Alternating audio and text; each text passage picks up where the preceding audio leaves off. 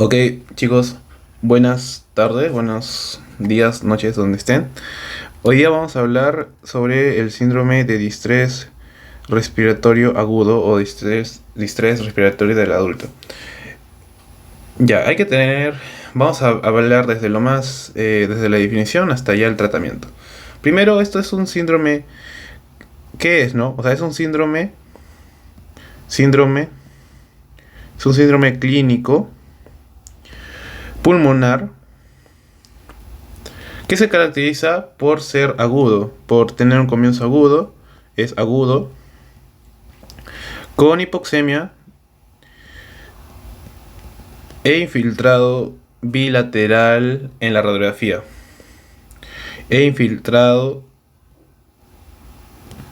bilateral. Obviamente en la radiografía sin daño al corazón, al bobby, sin daño al corazón. Entonces, es un síndrome clínico pulmonar caracterizado porque hubo una lesión en el pulmón que es agudo, que hay hipoxemia y existe, es decir, que hay una presión arterial de oxígeno disminuido, infiltrado bilateral y no hay daño, o sea, este daño en el pulmón no es causado por algo, por un daño en el corazón, como una hipertensión o una presión elevada en la aurícula izquierda, eso no debería haber. ¿Cómo sucede? ¿Cuál es la causa? Bueno, la etiología tienen dos formas, o sea, una etiología que va a ser una etiología directa versus una etiología indirecta. ¿Y cómo es esto? O sea que, digamos, de una forma sistémica haya afectado el pulmón. La directa es un daño localizado, o sea, un daño directamente al pulmón. Y entre las dos, ¿cuál es la más común? Pues es la causa indirecta y en general es la sepsis, no la septicemia. La sepsis es la causa más común dentro del síndrome de distrés respiratorio agudo. O dentro de las directas es la más común, pero en general, entre la directa y en la indirecta, la sepsis en general es la más común entre las dos. Y en la directa, ¿cuál es la causa más común? Es la neumonía. Después vienen otras causas, pero es importante tener en cuenta que existen causas, ¿no? O sea, obviamente lo más frecuente, lo más común es importante tenerlo en cuenta. Hablando primero de las directas, está la neumonía. Después, otras ya más, menos prevalentes. Están las aspiración, toxinas inhaladas,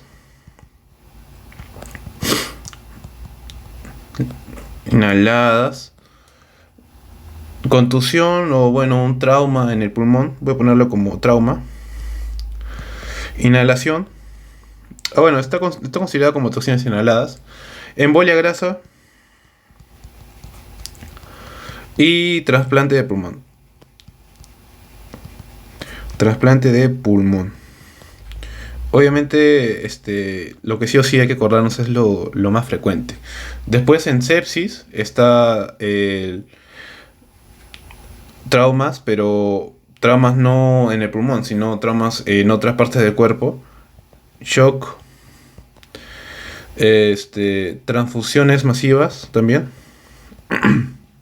Transfusiones masivas. Una pancreatitis aguda también podría causar este tipo de inflamación y causar, por lo tanto, un síndrome de distrés respiratorio del adulto, pancreatitis aguda. Trasplante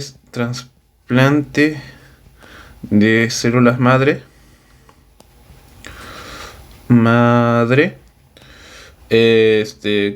También por medicamentos, causa medicamentosa, medicamentos y la ingesta de drogas.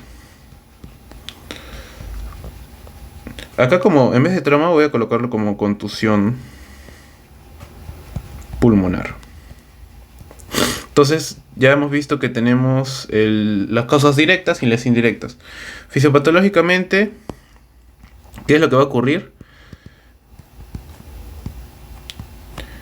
Al existir una inflamación en lo que es el pulmón, el parénquima pulmonar, recordemos que los pulmones están compuestos en su parte más microscópica de alvéolos, ¿no? Estos son alvéolos, son sacos de aire y todo eso. Pero cuando existe una inflamación se va a dañar lo que es este complejo, o bueno, esta destrucción del complejo, ¿no? Entre las paredes alveolares y el intersticio, es decir, lo que está fuera de los alveolos, puede haber un daño dentro de esta estructura. Si hay un daño acá, ¿qué va a haber? O sea, va a haber un aumento en la permeabilidad y todo esto que está dentro del alveolo puede salir. Hay un aumento de la permeabilidad capilar pulmonar. Puede haber entonces un exudado, un leucocitario, exudado inflamatorio. Entonces, y va a salir, o sea, aumento de la permeabilidad. Aumento de la permeabilidad. Si existe esto, va a haber un exudado, ¿no? Un exudado inflamatorio. Y por eso fisiopatológicamente se puede dividir esto en tres fases. Primero, la parte de la exudación, exudado inflamatorio. La primera parte es esto, en el cual pues va a haber una serie de mediadores inflamatorios como el factor de necrosis tumoral alfa, interleuquinas tipo 1, tipo 6, después la tipo 8, que como ya les expliqué va a existir un exudado leucocitario rico en proteínas que va a salir de los alveolos. Y entonces recordemos también cómo están compuestos los alveolos, o sea, no solamente están los neumocitos tipo 2, también están los neumocitos tipo 1, pero dentro de los dos, al tipo 2, recordemos que es parte importante para la producción del surfactante pulmonar. Y sin este surfactante, pues no va a haber una correcta distensibilidad, ¿no? Y puede haber un colapso. ¿Cuánto tiempo dura esta parte del exudado inflamatorio? Dura aproximadamente 7 días. Después del exudado inflamatorio está la fase proliferativa. Esta fase proliferativa, acá, como ya les he mencionado, o sea, va a haber destrucción de la parte de la pared alveolar, por lo tanto también una depresión de la cantidad de neumocitos tipo 2 y tipo 1, pero en la proliferación va a existir otra vez un aumento, ¿no? Un aumento del... Como van a proliferar los neumocitos tipo 2, o sea, otra vez los neumocitos tipo 2 quieren vivir, neumocitos tipo 2 van a aumentar. ¿Cuánto tiempo dura esta fase? A partir del séptimo día, o sea, casi 7 días hasta el 21º día. Por último está la fase ya de la fase fibrótica. La mayoría de los pacientes puede recuperarse y no llegar a esta fase fibrótica. Pero si ya después de los 21 días, o sea, va a existir, si es que no se ha recuperado, va a existir una fase fibrótica progresiva. ¿Por qué van a existir ya el aumento de los fibroblastos? Fibroblastos. Una fibrosis progresiva.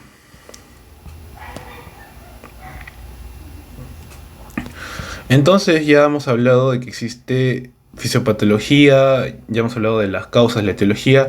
Clínicamente podemos, ¿cómo? O sea, ¿cuál va a ser su forma clínica?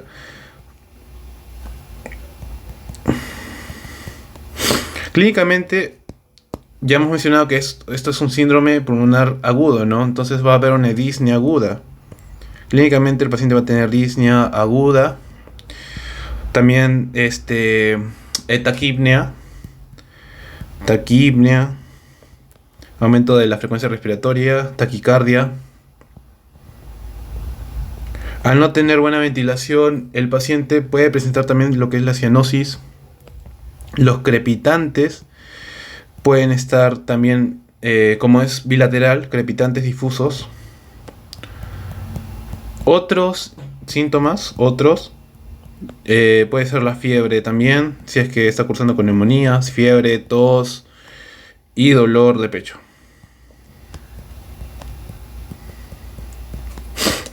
Y todo esto recordemos que fisiopatológicamente es porque existe menos distensión pulmonar, menos distensión pulmonar.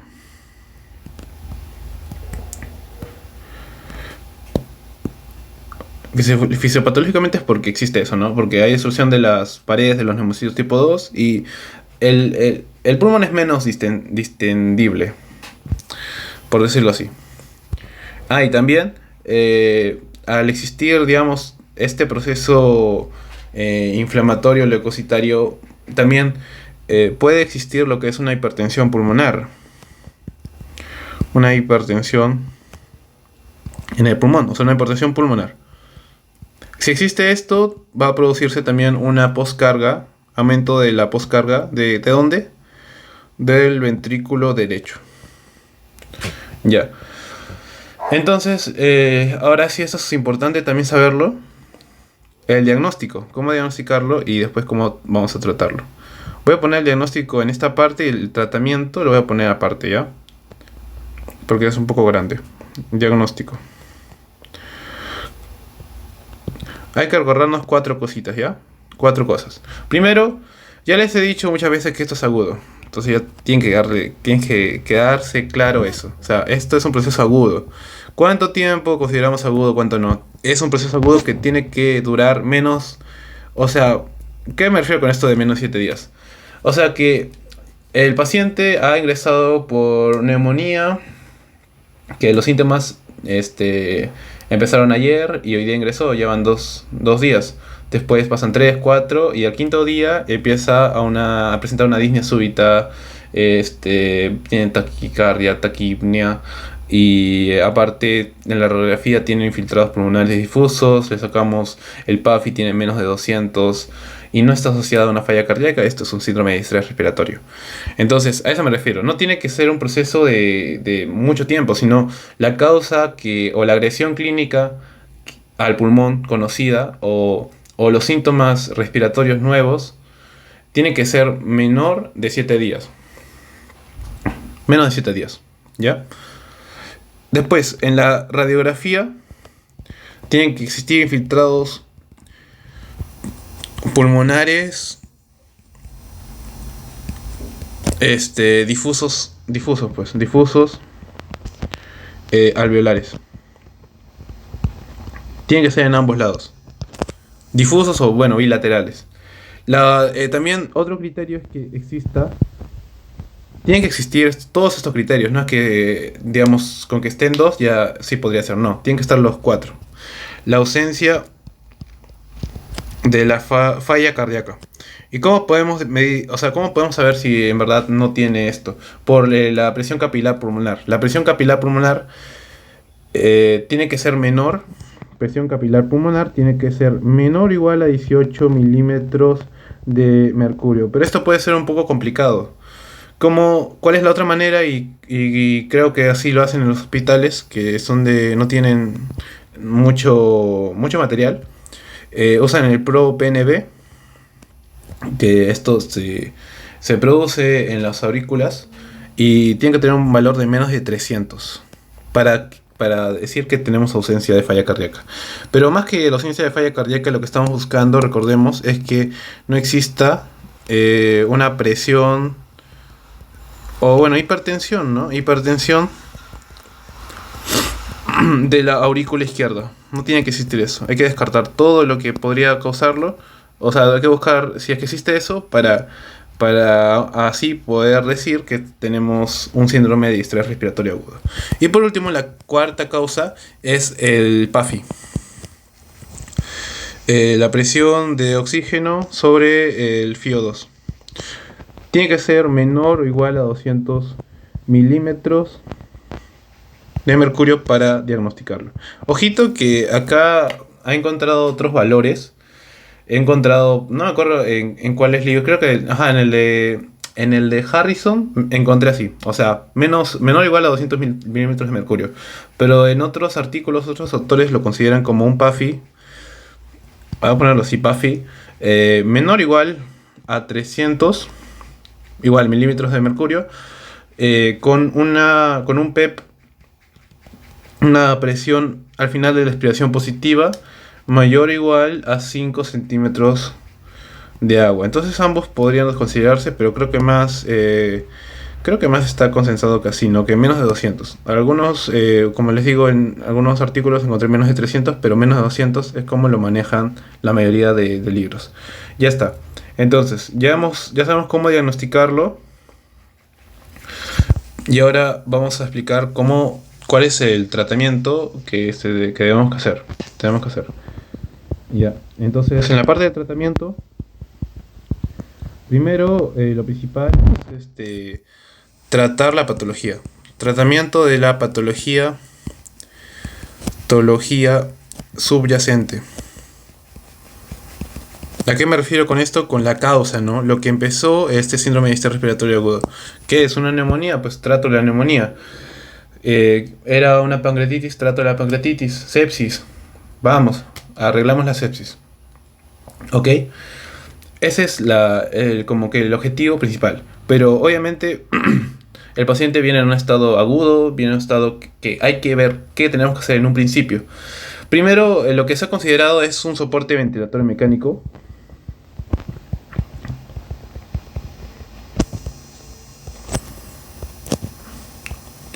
Para proporcionarle el oxígeno adecuado. Y para esto, acá les voy a poner como un gráfico, ¿no? Para que se pueda entender mejor.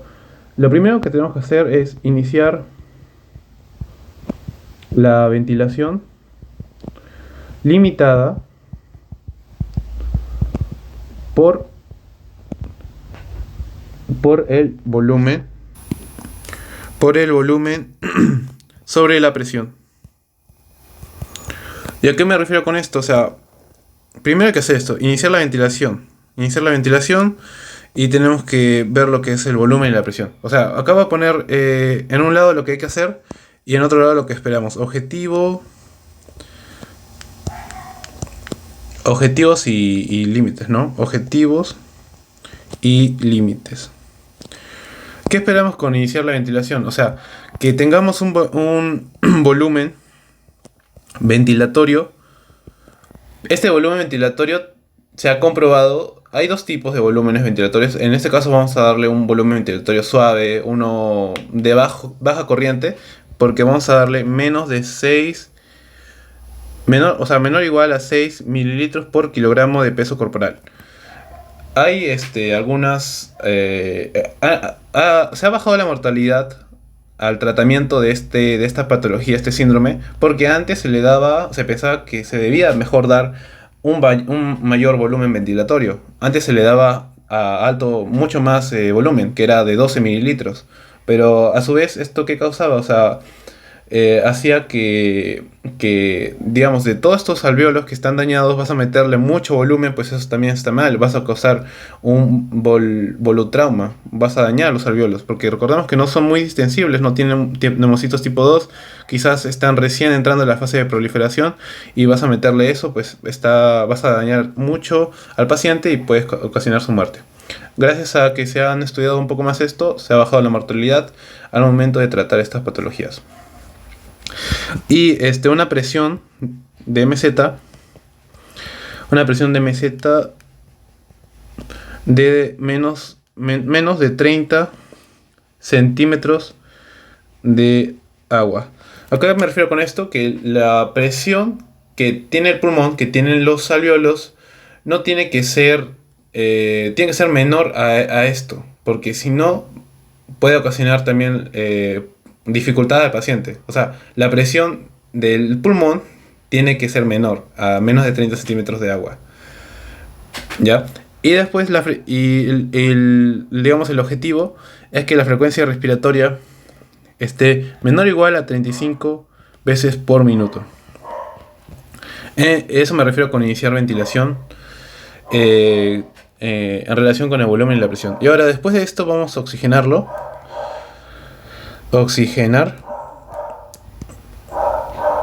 ¿Cuál es lo que esperamos? O sea, el FiO2 tiene que ser menos del 60%. La presión al final de la expiración tiene que ser menor o igual a 10 centímetros de agua. Y acá algo que resaltar es de que se dice, ¿no?, de que tiene que ser una presión a la expiración positiva, pero se ha visto de que aunque, digamos, sea muy positivo, más de 10, realmente no tiene un efecto en la reducción de la mortalidad. Por lo tanto, con que esté menos de 10 centímetros de agua, pero que esté positivo, está bien. Y la saturación, lo que esperamos, la saturación de oxígeno, es que esté de 88 a 95%. Después de oxigenar vamos a reducir la acidosis.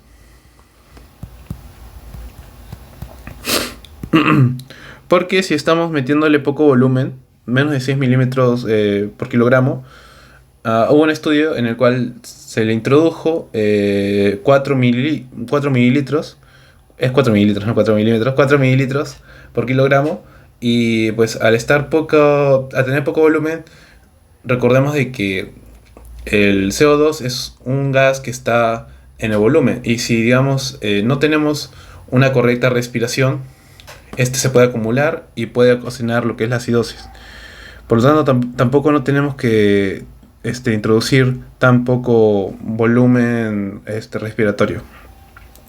El pH, para reducir la acidosis, el pH debería estar mayor o igual a 7.3 y la frecuencia respiratoria no debería superar las 35 veces por minuto. Y una vez ya que hayamos reducido la acidosis, vamos a ver lo que es la diuresis. Porque mediante la diuresis podemos observar si es que tenemos una correcta presión arterial media, una correcta presión arterial que debería de ser mayor o igual a 65 milímetros de mercurio. Y obviamente tenemos que evitar la hipoperfusión. Y ya, eso es todo respecto al síndrome de distrés respiratorio agudo. Ya hemos hablado de lo que significa, las causas, la fisiopatología, el diagnóstico, el tratamiento. Que recordemos que siempre hay que encontrar y tratar la patología que ocasionó todo la causa subyacente. Recordemos siempre esta dosis de 6 mililitros por kilogramo. Y también recordar que la acidosis hay que siempre tenerlo en cuenta, ¿no? Que no esté en un estado acidótico, una acidosis respiratoria. Y bueno, eso sería todo. Muchas gracias por ver el video y hasta luego.